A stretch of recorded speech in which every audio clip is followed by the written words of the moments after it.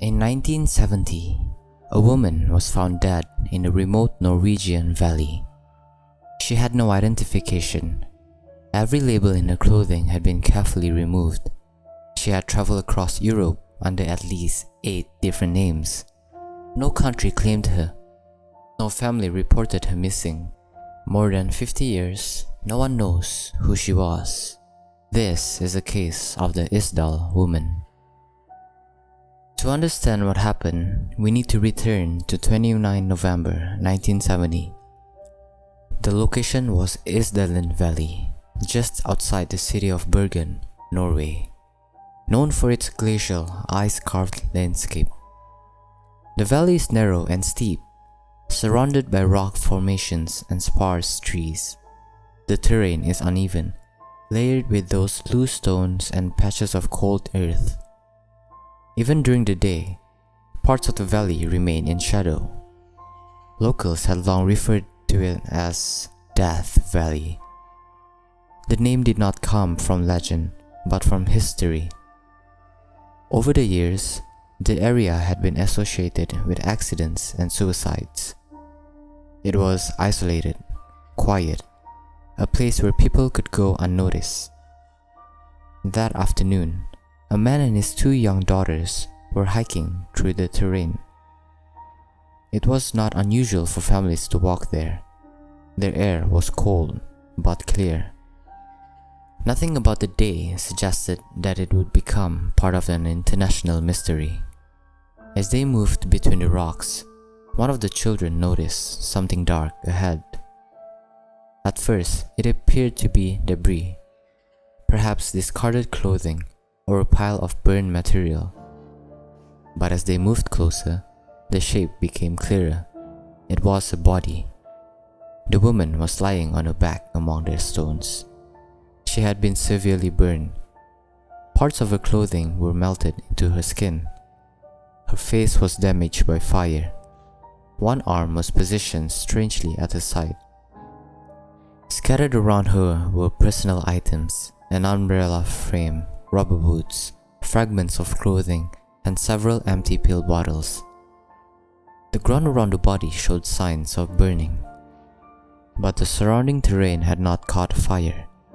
It appeared contained, controlled. Authorities arrived shortly after the discovery. The initial assumption was suicide. The valley had a history of it. And yet, even at the scene, there were details that did not fit cleanly.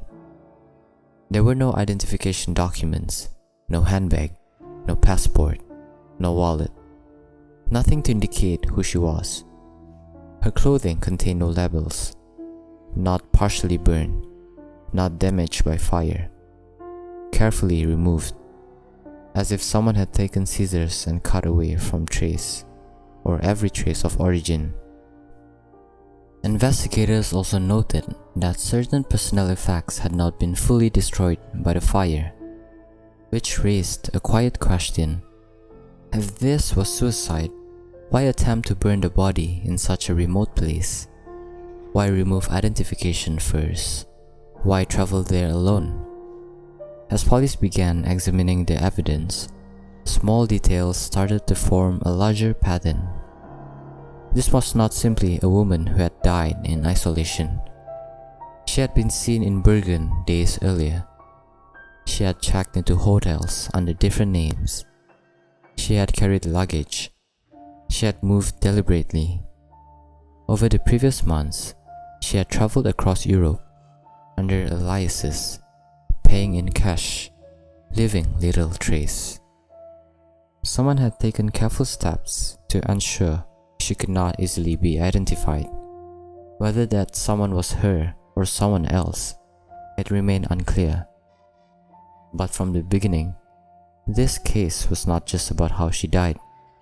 It was about who she was, and why she seemed determined to disappear. In the days following the discovery in Isdalen Valley, investigators focused on a single question: who was she? There was no identification at the scene, no documents, no personal letters, no photograph. Nothing that connected her to a family a country, or even a confirmed name. For several days, she was simply listed as an unknown woman. Then a new lead emerged. At the Bergen railway station, 2 suitcases had been left in a storage locker. The locker key had been found among her belongings. The suitcases were retrieved and opened. Inside, investigators found clothing, dresses, shoes, undergarments. Every label had been carefully removed, not ripped out in panic, not burned by accident, cut out cleanly. There were several wigs inside the luggage, different styles, different shades, dark hair, lighter hair. Each one realistic enough to alter appearance without drawing attention. There were also multiple pairs of glasses. None of them had prescription lenses. They appeared to be worn for effect, not necessity. Cosmetics were neatly packed. Foreign currency from different European countries was folded and organized. German marks, Swiss francs, Belgian francs, Norwegian krone, all carried in cash. There were no credit cards, no official banking records tied to the luggage. And then there was the notebook, small, plain, unremarkable at first glance. Inside were handwritten entries, dates, letters, numbers, short combinations that appeared meaningless. Investigators initially believed it could be a personal diary, but there were no emotional entries, no sentences, no explanations, only coded markings. When police began comparing the dates in the notebook with hotel records across Norway and parts of Europe, something unexpected happened. The codes matched her movements. Each entry corresponded to a city, a hotel, a specific stay.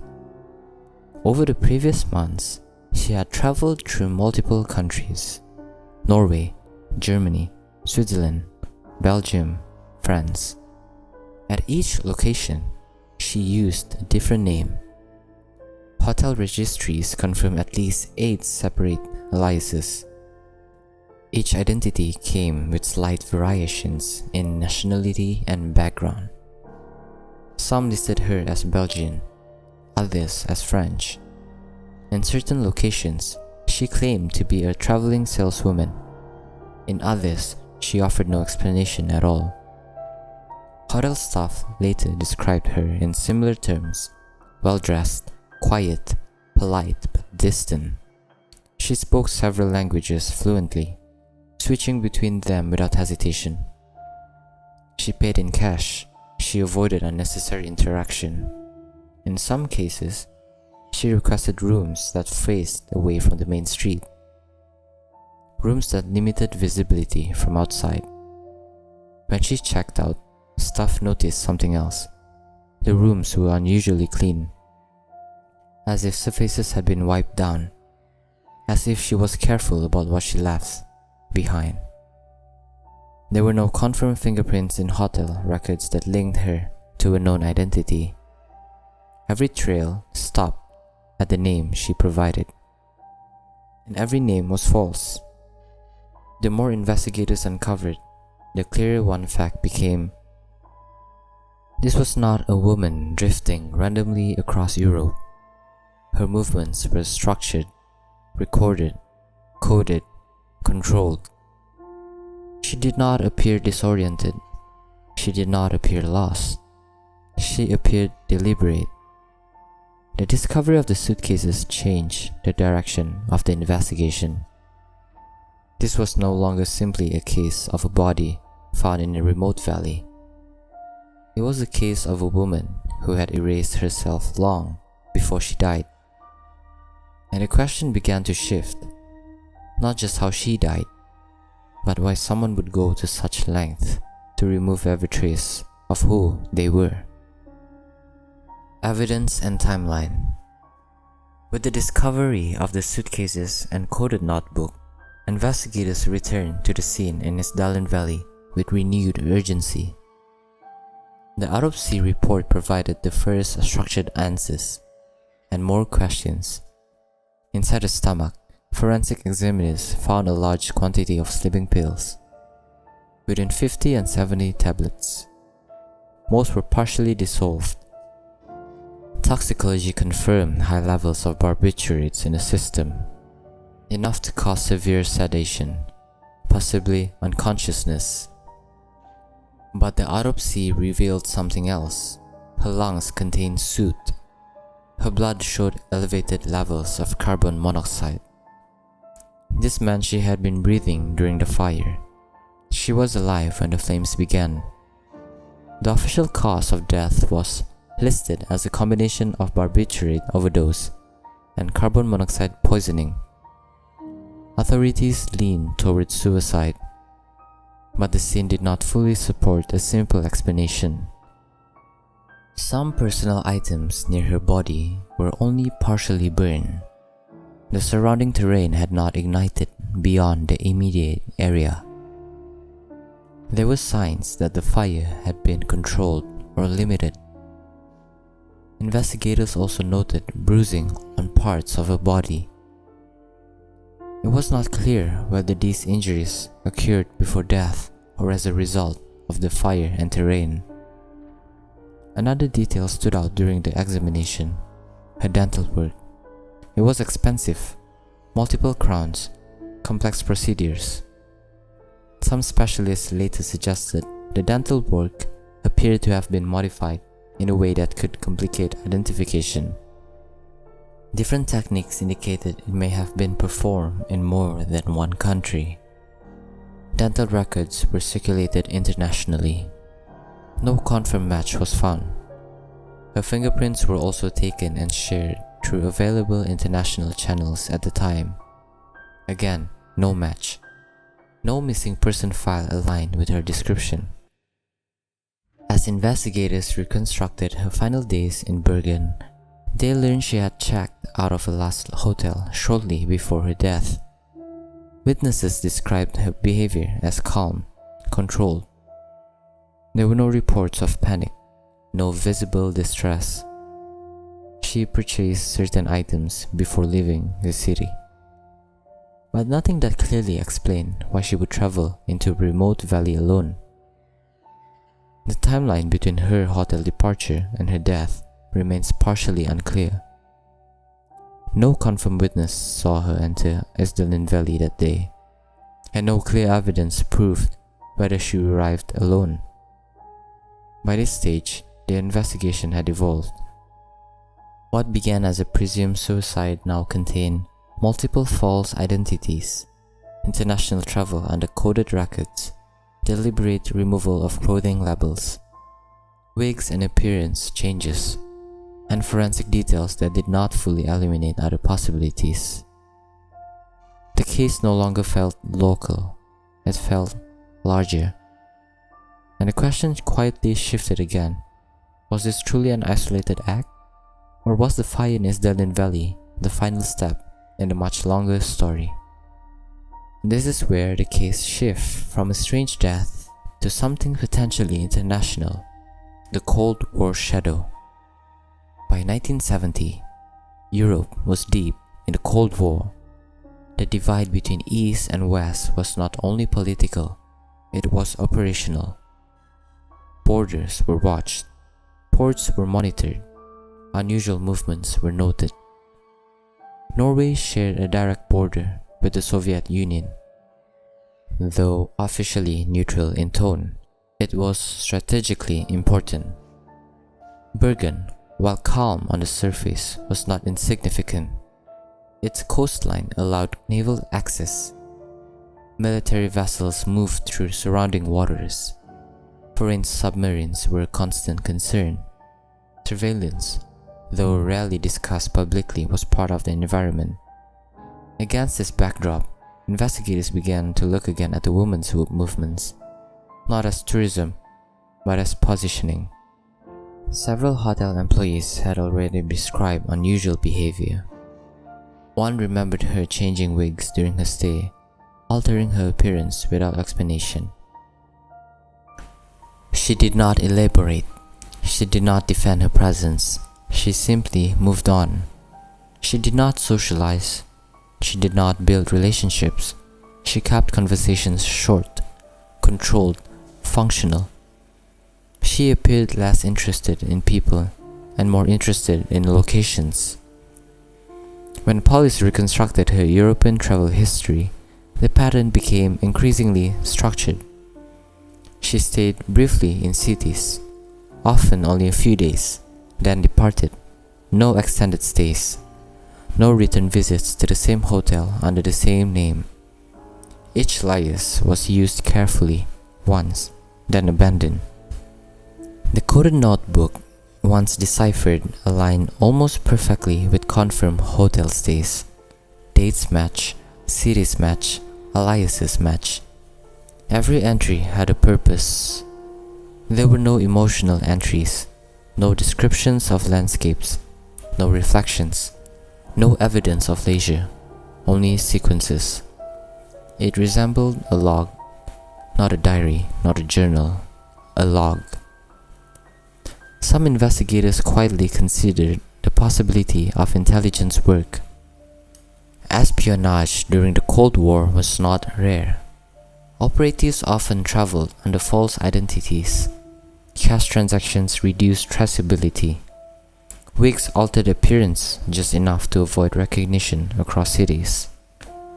Labels removed from clothing reduced origin tracing. Even dental work, in certain historical cases, had been altered to obscure nationality. If she had been gathering information, her movements might make sense. If she had been acting as a courier, coded entries might represent meeting confirmations. If she had been operating independently, her isolation would also align.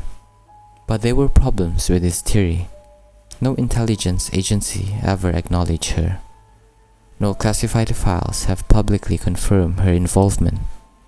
No government requested the return of her remains. No diplomatic communication surfaced linking her to an operation. If she had been an operative, she was either unofficial or abandoned. And yet, certain details remain difficult to ignore. Why remove all clothing labels so truly?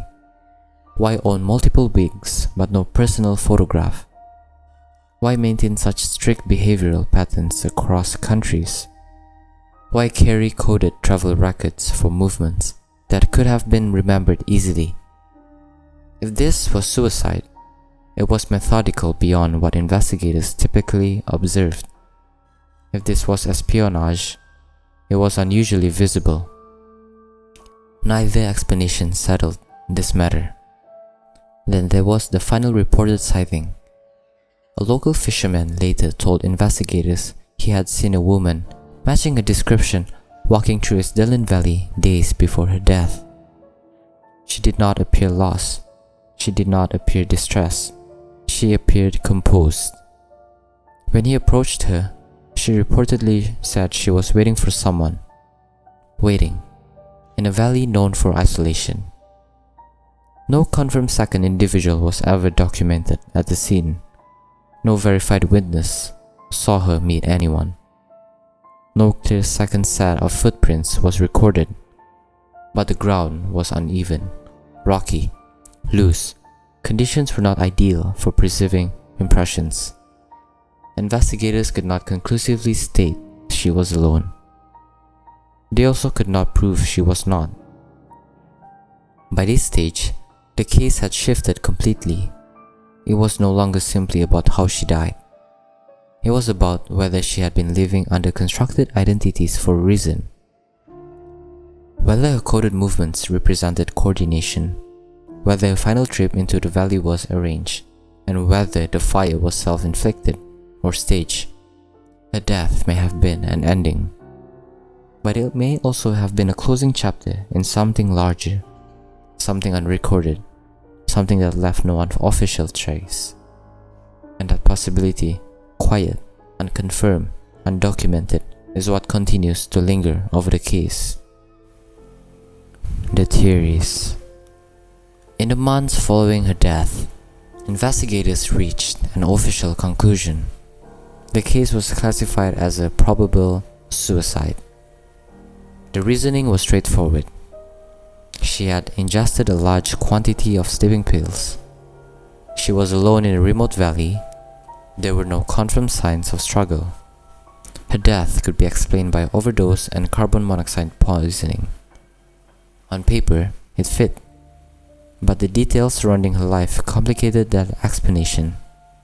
If this was suicide, it was an unusually structured one. She had traveled across Europe for months under multiple identities. She kept coded records of her movements. She carried wigs and altered her appearance. She removed every label from her clothing. This action suggests preparation, control, long-term planning, which raises a question. Why construct such a complex web of false identities, only to end it alone in a valley? Some have argued that the travel itself may have been part of destroying mental state, that the aliases were signs of instability, that the coded notes were personal systems of organizations.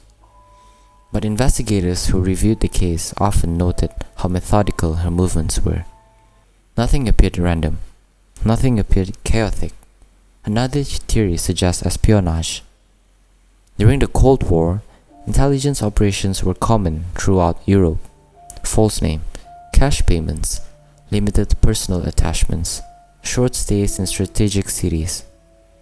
This pattern aligns with known operational behavior of that era. But if she had been operative, questions remain. Why would an intelligence service allow such a public and traceable death? Why leave behind coded records that could attract attention? Why fail to retrieve the body or claim it through diplomatic channels?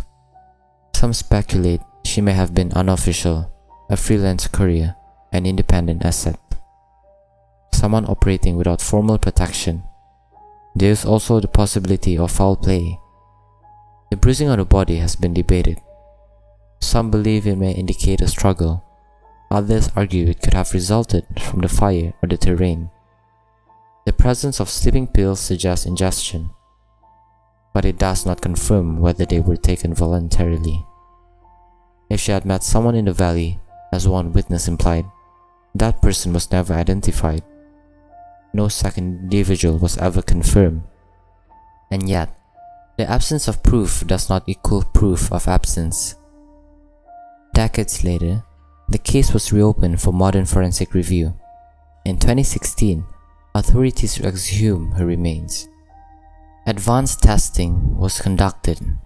Isotope analysis suggested she may have grown up in Central Europe, possibly Germany, possibly near the French border. DNA testing narrowed regional possibilities. But even with modern science, no definitive identity was confirmed. Her name remains unknown. More than 50 years have passed. Records have been reviewed, theories proposed, investigations revisited. Yet no explanation fully accounts for every detail. Suicide explains the toxicology. Espionage explains the aliases. Murder explains the ambiguity. But none explain everything. And perhaps that is why the case endures, because every theory answers one part, while leaving another unresolved. The closing record. Status unresolved. The woman found in the valley outside Bergen was never officially identified. Her names were proven false, her addresses did not exist, the labels had been removed. The movements across Europe were deliberate, methodical, and concealed. Investigators considered an espionage. They considered suicide. They also considered accident.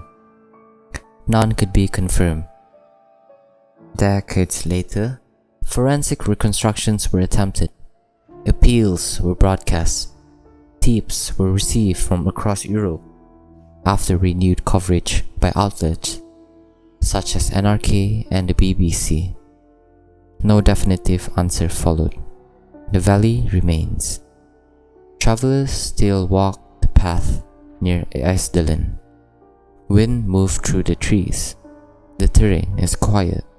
but the record endures. A woman with no verifiable name, a coded notebook, burned belongings, a life erased with precision, not a disappearance, an absence of identity. And until a name can be proven, not assumed, not speculated, but proven, the Isdal woman remains unidentified and unresolved. End of case.